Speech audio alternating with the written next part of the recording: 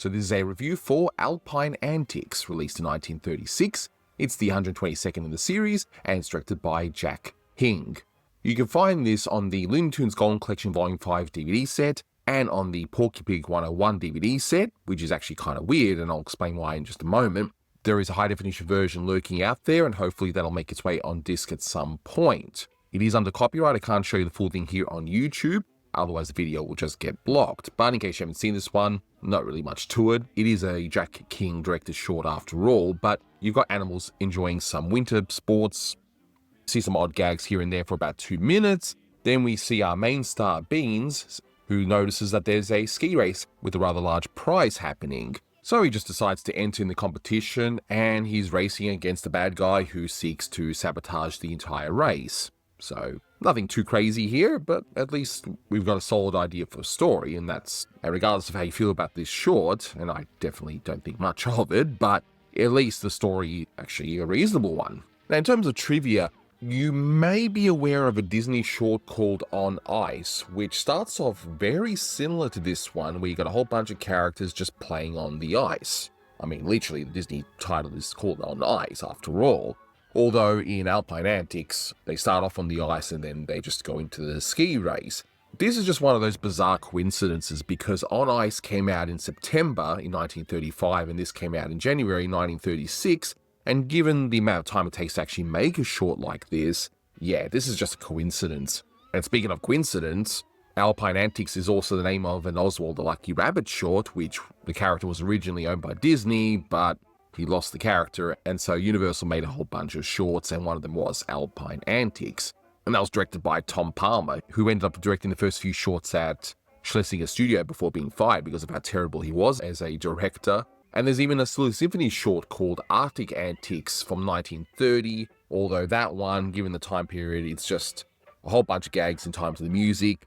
That's not a knock against it. It's actually a charming little short considering the time period, but just about all the shorts then didn't really have a story. It was just a whole bunch of gags and nothing more. What is interesting though, aside from all those little coincidences, is the villain here. And this villain looks exactly like Pete from the Disney studio, right down to even the voice, which is Billy Bletcher. Billy Bletcher wasn't exclusive to one studio like Mel Blanc would be later on. He was going to all these different studios, but here it's pretty much Pete. I guess one could say, given the studio system at the time, maybe Pete was on loan from Disney, I don't know, but anyway, I would argue that that villain's design was most likely, quote-unquote, inspired from Disney, but everything else, just a little coincidence, nothing more. Now, in terms of the other voices here, and this comes from Keith Scott's Wonderful Cartoon Voices book, a book that should belong on every serious animation fan's library, he's not sure on the vocal group that does the singing in this one. He notes that Jack Carr does the voice of the turtle, but here's what interested me though. He's not sure who does the voice of Beans in this one, but he seems to think it sounds like a girl doing the voice this time round. So he's got a bit of a question mark on that, and hopefully, as with any other unknown voice actors around this time, hopefully more information will come to light. All of you know my thoughts on Jack King as a director. I think at this point in time he was in a bit of a rut, and it wouldn't be too much longer before he leaves the studio and goes join Disney, where he directs much better shorts. Even if you're not a fan of his shorts over at Disney, you can't deny that he was making better work over there. And ironically, this short actually does play out kind of like a Disney short anyway. Given the way it's actually done, you could easily replace Beans with Mickey and you'd get pretty much the same results. But let's go through this short from start to finish, and we'll see if there's anything good in this one. What's interesting as we open up is the title card. We hear a very brief rendition of She Was an Acrobat's Daughter.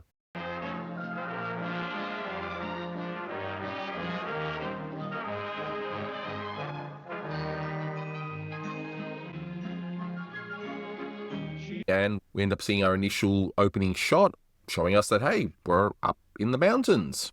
Although this initial shot's kind of weird. If you look at the very back, all those skis in the back, they must be giants. Wow, the scale in this shot is completely off, but I guess it goes by so quickly that people won't even notice, unless they're looking at it closely like me all these decades later.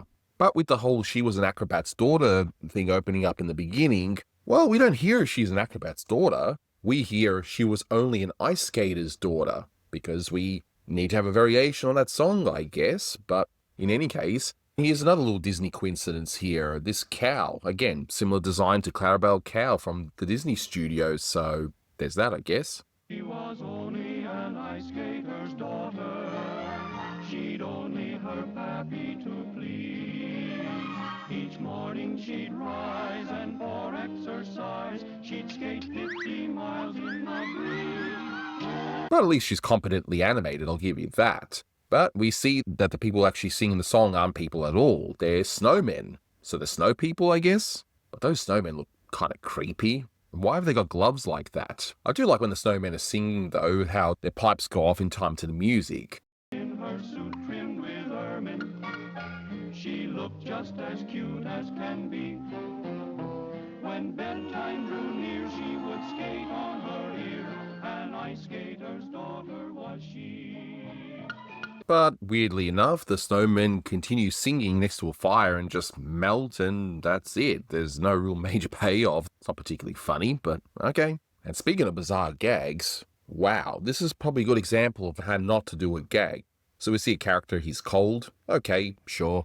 He's trying to heat himself up while his kettle's boiling. Why you would do it there, I don't know, but he's happy that the kettle's boiling. He goes over to a hole in the lake with a big danger sign. He takes off his jacket, so all of a sudden he's not cold, and he then dives in after putting a little bit of hot water and then freezes into an ice cube.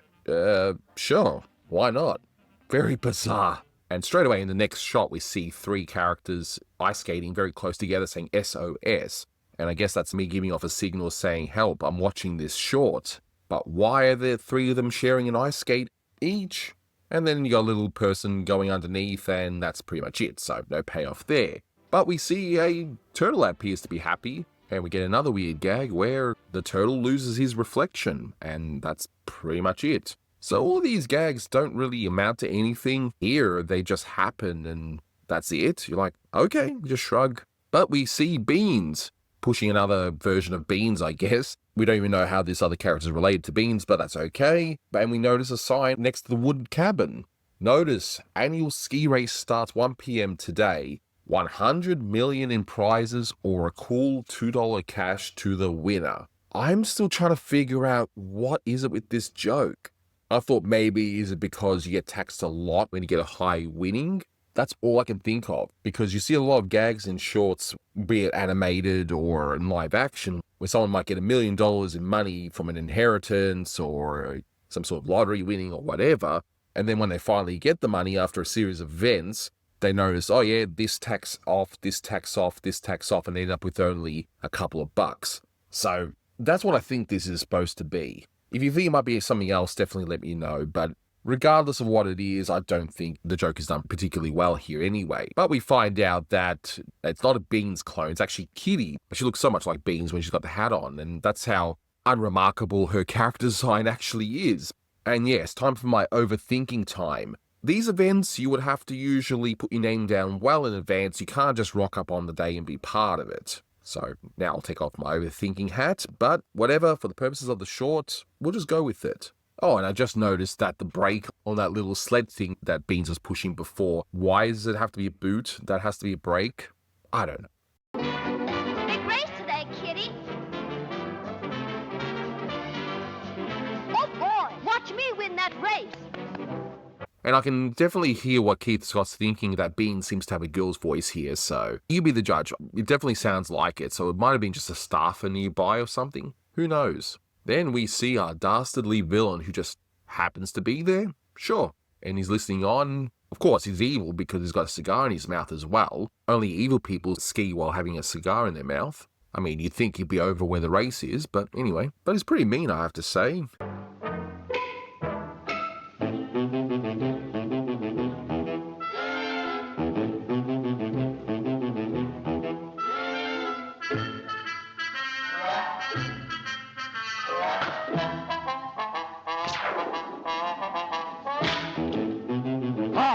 I guess he really wants that $2 in prize money, doesn't he?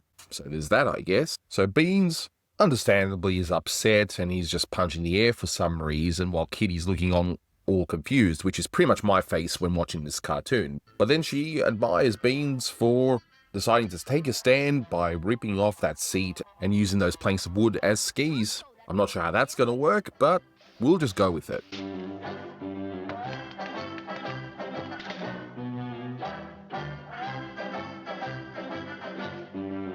We are now at the race, so the rest of the short will be pretty much gags involving this race, as you'd expect. But my goodness, look at that rocking horse. That horse definitely looks like it's a bit on the stone side. That's ridiculous.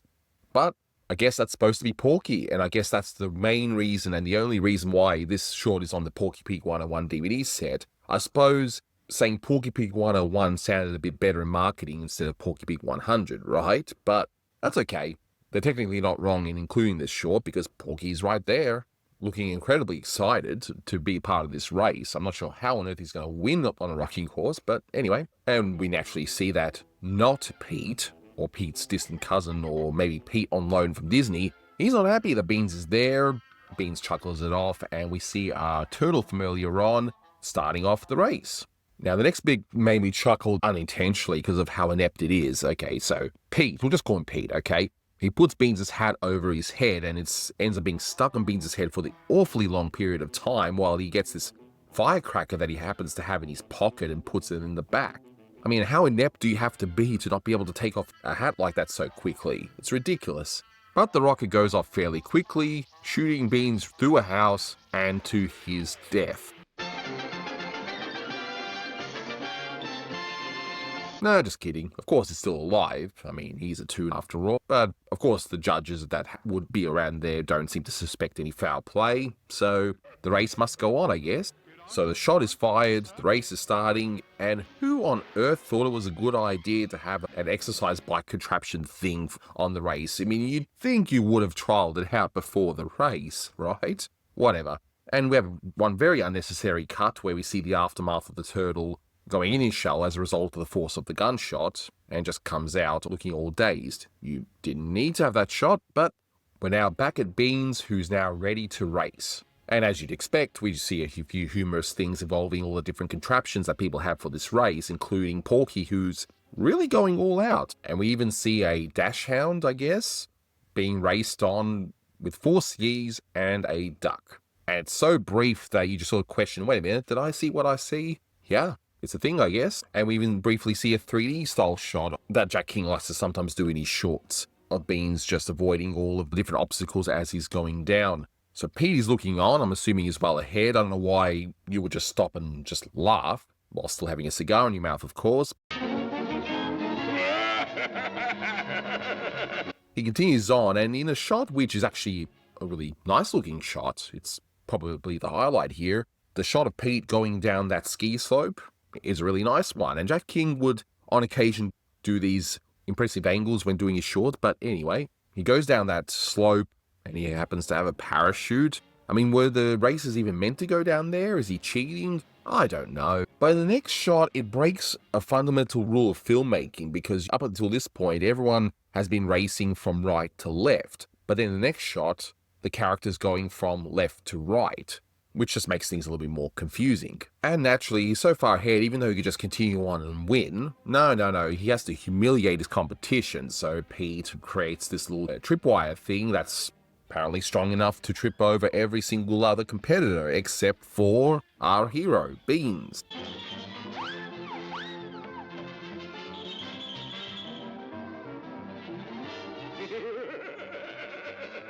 He manages to dislodge the rope and tie up our villain. And I gotta say, why is he always just stopping and laughing at everything? I don't know. I guess he's just really evil, I suppose. But Pete ends up breaking free by pushing through his ropes. Sure, okay, as Beans attempts to jump, but just misses out. But Pete makes it, and what's this? That contestant we saw very briefly that I completely had forgotten about, that dash hound goes down the slope instead of jumping and ends up hitting Beans up in the air. And this ends up making a tire type situation for the duck to run through, which is completely legal in ski races. And it's not a bad gag idea, except in literally the next shot, the duck is back on top of the dog who has the skis again. So there's no real continuity. That's a bizarre thing to happen. And there's even a car horn now, apparently, because that's exactly what you need in a ski race.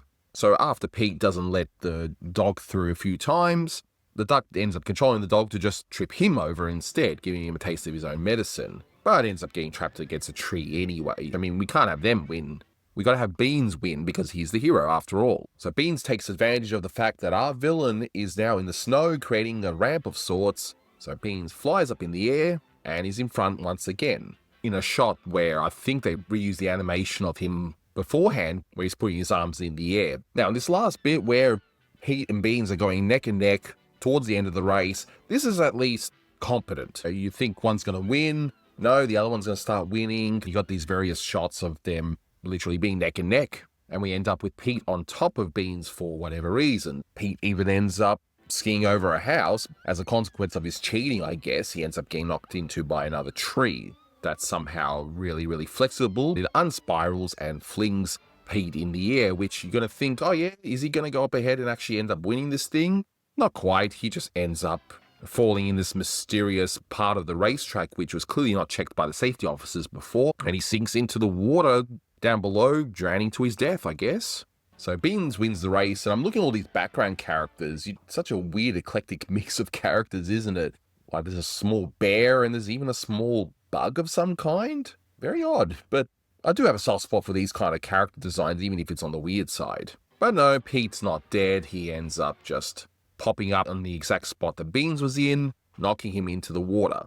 And Beans just ends up looking all confused, and that's it. We end right there. Oh boy, I try and be positive, I really do, guys, but this one just isn't that good. None of the gags really were laugh out loud funny. I mean, the story is fine, and some of the animation's actually pretty good, and the last bit of the race actually wasn't that bad at all. It was actually competent, but up until then, there's not really much to this one. It's definitely Jack King once again trying his best to create an entertaining short, but quite frankly, not doing a particularly good job in timing this thing. So yeah, this one's 5 out of 10. It's not the worst thing I've seen. As far as Jack King shorts, he's definitely made much worse than this, but that's not really saying much. But that will do it for this one. Thank you so much for watching, guys, and until next time, take care.